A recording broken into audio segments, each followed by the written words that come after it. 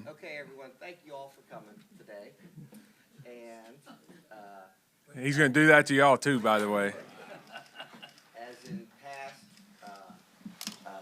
coaching searches, Director Baker likes to visit with you all and fill you in as much as he can before he starts his search. And the next time he'll visit with you is when he announces the coach. To avoid talking over everyone, look at me, give me a little nod or a raised hand, and I'll call on you in order that the questions come in. But we'll get our program started with an opening statement from Director Baker. Thank you, Michael. I can go ahead now? Yes, sir. All right. Well, thanks for being here. Certainly, it's been a challenging year in our basketball program, and I want to give you just a little bit of a window into what the search process will look like. Certainly, I know our friends in the media and have a job to do, and the state's interest is around our basketball program, and I understand that. So, first thing I want to do is thank Coach Eilert. So, Josh is an incredible human being, and I think he did a really valiant job leading this program during some very turbulent and unprecedented waters. He has my utmost respect, just the way you all saw him in the public eye, but he was the same behind the scenes, just displayed class and integrity, professionalism, and I think the world of him. And I think he and I have talked a lot the last few weeks. This will be a great experience for him. I think he has a very, very bright future in coaching or whatever he were to choose to do in life, just because he's a person that I think has tremendous leadership qualities. So never once has he ever made it about him. Not once did he say, why me? Just consistently and constantly provided leadership and really embraced that adversity as a lesson. And I just want to thank him and for everything he's done, but also thank Brandy and Brendan and Emery and Tristan for sharing their dad with us, because it's certainly been a year where he's had to spend a lot of time with us. So Josh will remain a member of our family and somebody that I'll stay in touch with. I'll just briefly, before taking questions, outline search process. We'll talk first a little bit about profile. I think it's important that we have somebody not necessarily that has ties to West Virginia, but will come in and understand West Virginia and West Virginians, our values, that determination, that grit, that resilience that makes us mountaineers. And so I think if you look back, Coach McCaslin has done that. Jen Greeny's hit the ground and done that. And that's something that you really can't get a feel for till you sit with people and you talk to them about it. We want somebody who's committed to building a championship program on the court, but also committed to building leaders off the court. That's really important, that we're helping young people grow and develop and get prepared for life. We want somebody who can demonstrate knowledge and has a plan to navigate the complexities that exist in today's college athletics environment. And that changes, as you all know, sometimes daily, weekly, hourly, just depending on what's happening with court cases and other things. And so we particularly know that we have to have somebody who can navigate recruiting and retention in the era of the portal and NIL. And I've seen the way our football program has grown and embraced that and the difference it's made for them. And then lastly, you have to have somebody who not only understands West Virginia, but can embrace being a face of not just WVU, but the state. And, you don't get to come to WVU and just be a basketball coach or a football coach or an AD. You're an ambassador for the state. And if you can't embrace that, then this is probably not a job for you. So those are some of the qualities that we'll be looking for. After today, I'll go off the grid. So I'll send all of your calls to voicemail. But I do want to give you a chance to ask questions and make sure that you're able to get content for the next few days, because I know that there'll be an expectation of that. And then we'll go from there. So questions? Great. So a couple other things that may be important to you, or you just sort of rank these. Sitting head coach versus an assistant, Power 5, Group of 5, NBA. What are some of those things that matter to you?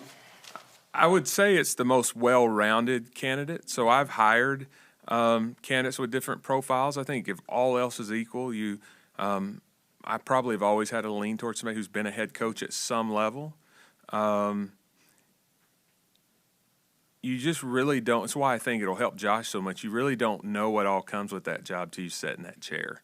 And every head coach I've ever talked to after that first year is surprised at how little coaching they actually do when you're leading a program like that. And so I think those are things that are important. But if somebody, it's you start out kind of with a menu of boxes you're looking to check, and nobody checks them all, right? And so you're kind of seeing that who has the best total resume and fits the profile the best. And so I would say the one thing that would be really as close as I would come to hard and fast requirement is a demonstrated track record of success in Division I. I think especially with where we are right now in the landscape, that's really important. Justin? Just to kind of clarify on Josh's situation, he's obviously under contract until April 30th. I assume you probably have a coach in before that. Will he stay with the university through the 30th, Yeah. or was today the day for, No, we'll honor the contract of all of our coaches. And as I told him last night, this isn't a deal where there's animosity or hard feelings or, everybody has been really classy. I mean, all the meetings that we had last night went as well as could be expected. And so, he's here to provide. I mean, he basically told me I'll do whatever you need me to do to provide stability needed to ensure a smooth transition. And so, anything that what you would expect of him is exactly what he's been, and we certainly, will honor his contract and continue to engage him in anything that's needed for the program during this interim period. How are you going to look at mid-major candidates coming from mid-major programs compared to Power 5 candidates? Yeah, I think you compare that total body of work, all of those experiences, and sometimes a successful mid-major coach has at least been in a power program, but sometimes they hadn't, but they have regional recruiting experience, and so every profile is different. The thing with this search is because we started last summer and throughout the course of the year certainly had a chance to follow coaches and candidates around the country. There's an old saying, if I had 8 hours to chop down a tree, I'd spend 6 sharpening my axe. I've probably been sharpening the axe for like 9 months. And so, we've had a chance to look at a lot of different profiles during that time, and you just lay them all out. And then ultimately they start to look alike, and that's where the in-person interview sets in. And you get a chance to sit with somebody and talk to them just philosophically about the program, the state, and gauge if they're truly a fit. John? You've been a head coach, so you program build. You're an athletic director, so you department build, culture build. How do you balance that with today's desire to have immediate success, the portal, and all of that? What's your message to the fans in that regard? I think because of the portal, there's an opportunity to have some early success, but I always encourage coaches to build a program and not a team. I think when you're onboarding a new coach, it's important they get the culture right, their staff right, their systems right, and you have to have patience to allow them to grow into it. There are coaches around the country who have more immediate success because of the portal, but there's still some that takes time. And, I suspect that there'll be, a lot of our kids exhaust their eligibility. The portal will open up on March 18th, and so there could be a pretty significant roster overhaul. But there has been in other programs, as you all may be aware, the head coach at Texas Tech, Grant McCaslin, was my head coach at North Texas. I hired him there. He played all the way to the NIT championship game last year, which he won before taking the Texas Tech job, and he's put together a nice team. Now, they were a little thin. They've had some injuries with the Washington kid, and that's really put them up against it, and so he probably didn't have the depth he would like to have. But it is possible to be competitive early, and that certainly is the goal. But I always encourage coaches to build the program and to focus on that. And the results will come hopefully sooner rather than later, but they'll come. Wren, just a little bit more on the portal, just with it opening on Monday, what'd you tell the guys that are on roster, or what would you tell them just about the coaching search? Yeah. I had a chance to visit with the young men in our program last night. It was like 2 a.m., so it was a short meeting. We flew in, and then I hopped on the bus. But I felt like it's spring break, right? And it's been a long, hard season for them. So I knew they'd scatter today, and I felt like it was important to talk to them in person. So I just said, I know it's been a hard year. I respect and admire they continue to play hard. I mean, to lose by 30 to a team and turn around a couple days later and had them down 16 and should have won the game, and we let it get away from us. But those are the kinds of lessons that you take away, and later on in life you reflect on that when you kind of take a gut punch, and we all do. And so I just shared with them that they had my admiration and respect, that I would be here for them, and that they have my commitment that I'll run the search as expeditiously as we can, but it's important to be thorough and to get the right coach. And so I let them know I'd update them when we had a significant update. And they were very respectful, tired after a game coming in that time of night, but and it was a fairly brief conversation. Yeah, Wren, you mentioned the importance of knowing West Virginia and knowing the people and the likes. Probably the best hires they've made at this school have been, at a top level, have been West Virginians. Rich Rodriguez, Catlett, Huggins, guys who, Bill Stewart, who were from the state, Mike Carey. How are you gonna handle that as far as that goes? Yeah, I think you have to be careful not to confuse causation and correlation, right? I don't believe that you have to be from here to love it here, and to be able to have success here. If all else is equal, and there's a tie, maybe that helps you. But we certainly, if somebody has ties to the state or is from the state, and they have a nice profile, that would work, and we would look at that, but we wouldn't, that wouldn't be the focus. And I believe that there have also been lots of successful coaches here who aren't from here.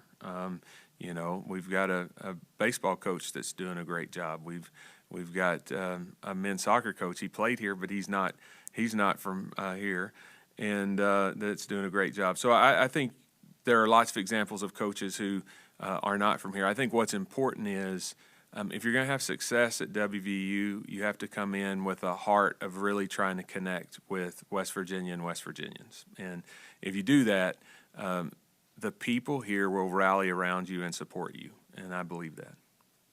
Great. Timeline, so I know we won't hold you to a exact moment, but do you expect week, month, 3 months? What's your anticipation of timeline? If it's 3 months, I bet you that I'll get fired between now and then.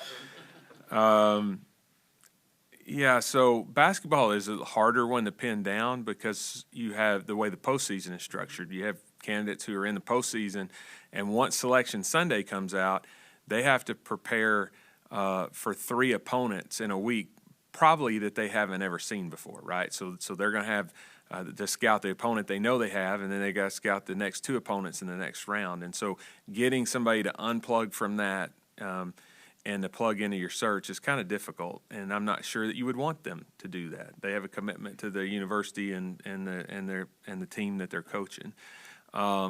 So my hope would be that we can go quickly. We certainly have had enough time to study profiles and all of that, and it's not like women's basketball a year ago where I had no idea until the day that we played our last game in the NCAA tournament there. So we've had time, so I think we're prepared to move pretty quickly. But some of that is incumbent upon the schedule of the candidates, and you reach points in a search where maybe there's a candidate that you love that's still playing, and so they're not available to talk to, and you don't want to miss out on some candidates that you really like as well. It's just like recruiting players for coaches. Like sometimes you have to end up going with a different route, and so all of that will be moving in real time.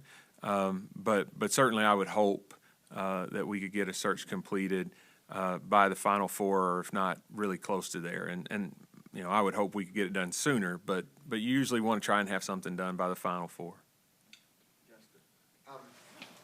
You've kind of talked a little bit about the process has kind of already begun and researching names. And can you give us a little bit more behind the scenes on that when you talk about researching? Is it a matter of just putting names on a list and looking up their bios, or have you talked to people who've worked with them in the past, and has that list gotten longer, shorter over the course of the last few months? Or when you're asking me that, Steve Uris is in my direct line of sight, and he's been in my office staring at my spreadsheet so much, like he hates when I call him to see if he can come back in again. So it's funny that you're asking that question. I'm having to stare at him behind you. So generally, I think I've mentioned this before, but I like to keep a spreadsheet on most sports going anyway, because in athletics, and especially when I was at North Texas, here at a power conference institution, it's a little bit different, but usually you're either having to be ready to do a search because you're winning and you may lose your coach for that reason, or you're having to be ready to do a search for the other reason. And so we're pretty judicious in doing that.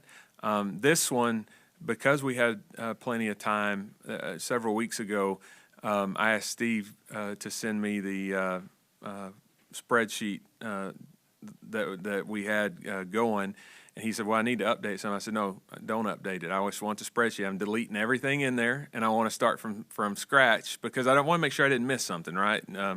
And we had time to do that. And so I went and mined through every school in the country, looked at their staffs, and then brought together a screening committee, and we'll talk about that later at the conclusion because I don't want you all beating them down right now. But and then I assign them conferences and have them do the same thing, and then they bring those to the table and we match them up. And then from there, it's really digging into the data. I'm a big analytics Ken Palm fan. I could go back to the 5-year history of every team that's currently in the Big 12 and who's been successful and what they were good at, and then all of our candidates, I know theirs as well. And so I would say I err on the side of really digging into that stuff anyway, but because this timeline has been extended, we really have done that. And there starts to be natural separations and breaks. As a second question, the one thing you couldn't have possibly known throughout the entire process, other schools that you'd be competing against. Ohio State has an opening. Louisville obviously just came up with an opening. Possibly Indiana. I don't want to speculate or anything. But there's going to be some other big-time schools out there also looking for coaches. Can you just talk about competing against that?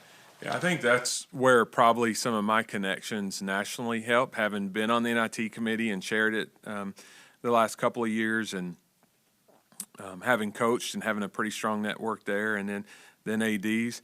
I probably know 2 or 3 jobs that are going to open that you guys don't have on your radar screen, and I probably have a pretty good idea what their profile is going to look like and how it compares with mine.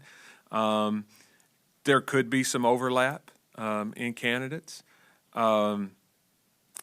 But I think you just work through that, and I'm not somebody who believes there's only one candidate in the world that can do your job. I think if you have the support system in place and the infrastructure, you have the NIL support, then it's really you're finding a profile, but that profile is not one of one. And so we'll be pretty thorough. And do I track those other jobs that are open and try to stay to know where they're at? A little bit, but I don't let that interfere with my process. I guess the best way I can put it is I'm not somebody who wants to get into multiple bidding on a house. Usually, if I know it's a multiple bid situation, I'll just bow out. I'm looking to get the right house and the right deal and all that. So, that's I think probably that's the way we would be. We're not going to let what other people are doing affect our process, and I think we'll still come out with a really good coach. Mike? Wren, all this retrospect from the past year you've had, watching how the job works and roster construction works and how the teams played as you got to know it, what insight has that given into you for, like, not necessarily who you're looking for, but what that coach has to avoid, repeat, do better, not necessarily concern himself with just intangibles like that? Yeah, I think when you're in this world now with NIL and portal and it goes so quickly, great coaches still do a really good job, and those coaches that win at a high level consistently, of having a winning culture and assessing that on a move when so many recruits are just looking at NIL opportunities, I think is much more art than science. And to be honest with you, basketball is different than football, even just because of the numbers that you're dealing with. And so that's something that I'll want to talk to successful coaches about. How are they currently doing that? How do they think that could be different here?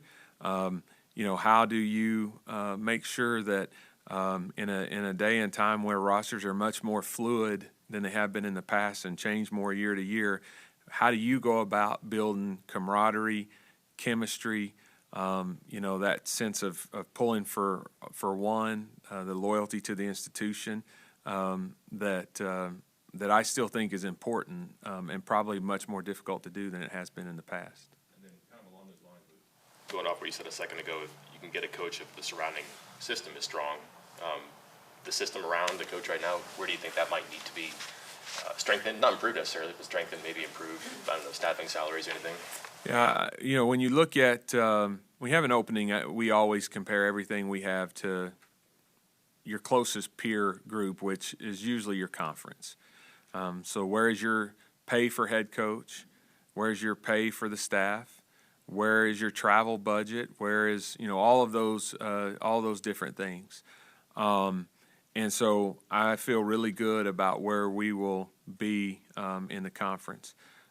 Let's just talk a little bit about this job for a second. This is a great basketball job. I mean a really, really strong program.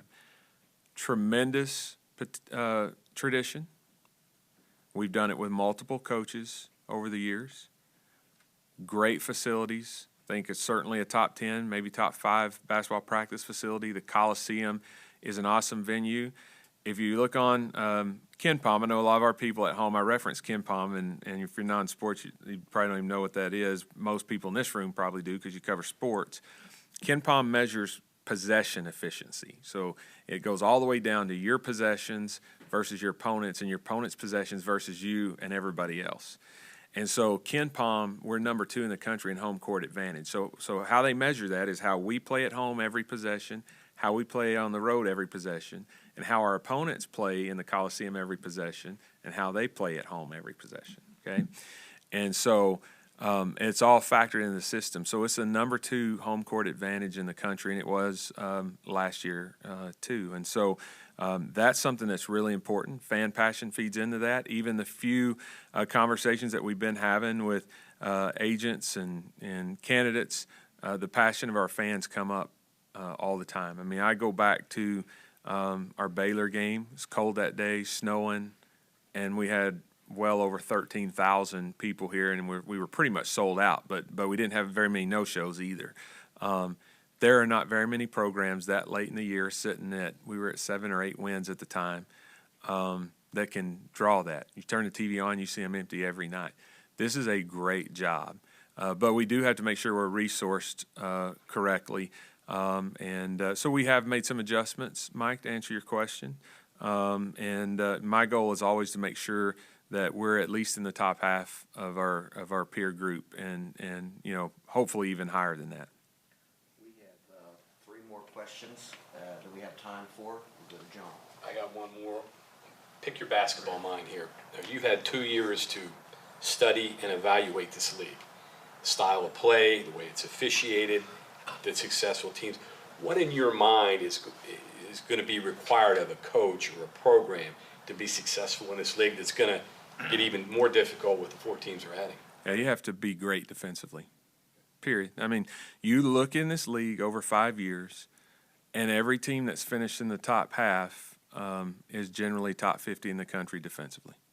And most generally, people who are that good defensively really value possessions, and so they tend to play a little bit slower, and they tend to value offensive possessions too. Not a lot of turnovers, high offensive efficiency.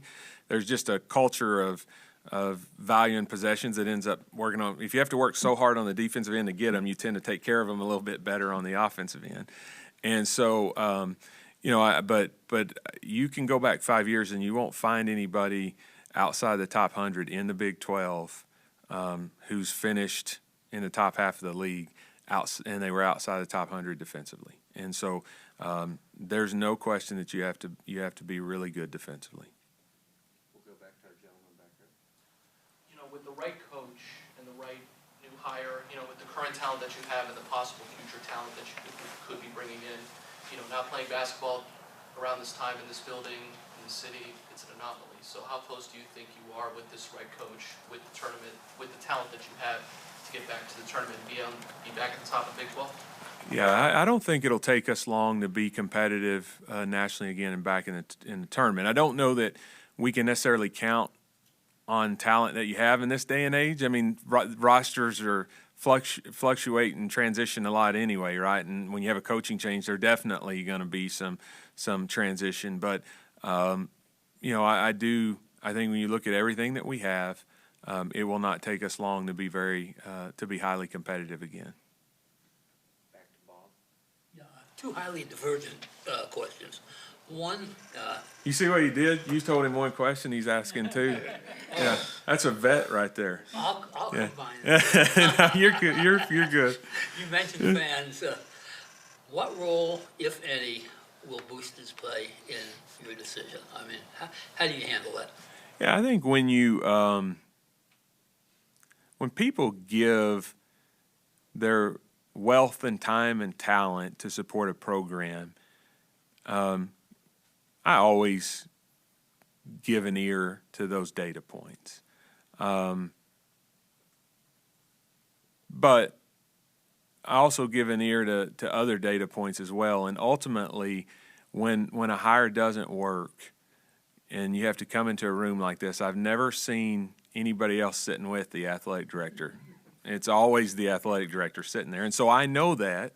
So ultimately, I have to make a decision that I feel like is the best decision, because I'm the one that's going to, more than anybody else, I'm the one that's going to bear the brunt of that decision, good, bad, or indifferent.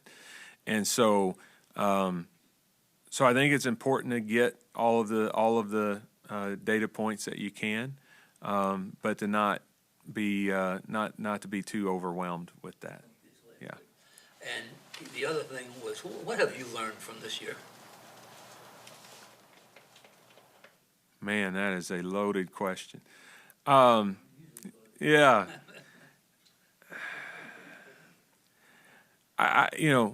Sports are sports, and you're going to have hard times. I think, I've just learned how passionate our fans are. Like the emotional roller coaster of this season, and for them to just keep coming, right?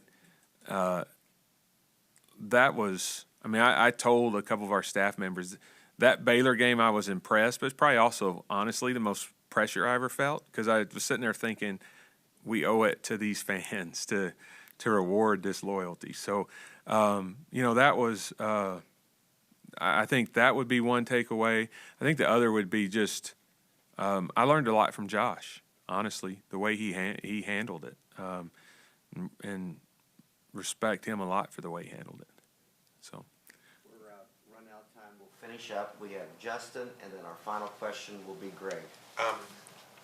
Kind of an obvious question. I thought it would have been asked already, but what role or would you seek out any advice from Huggins at all for the search? And, I mean, obviously, Yeah. you know, interest-wise, he may still have some. What would the situation Yeah, be? I think in terms of candidates, I would rather probably not get into any individual names today, understand why that question would come. I think here's where you could say that my mindset is. I have great respect and admiration and appreciation for what Coach did here. I've said that multiple times.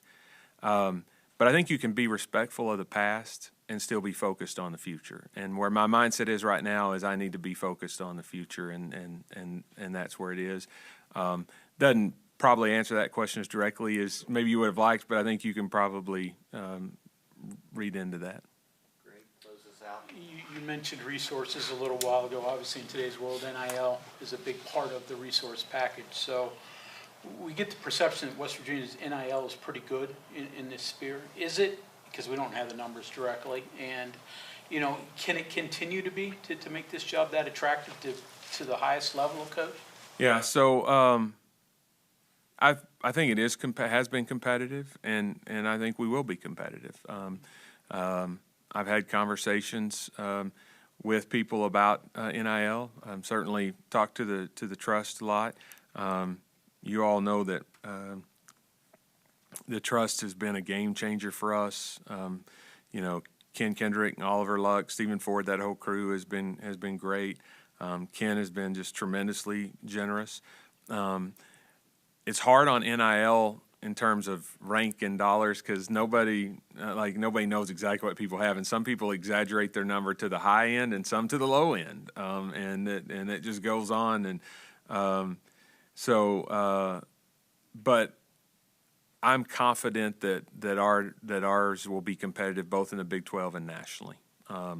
And so I believe it is, and I have every reason to believe that it will be. And we're going to ensure that our men's basketball program has the resource it needs to be to compete.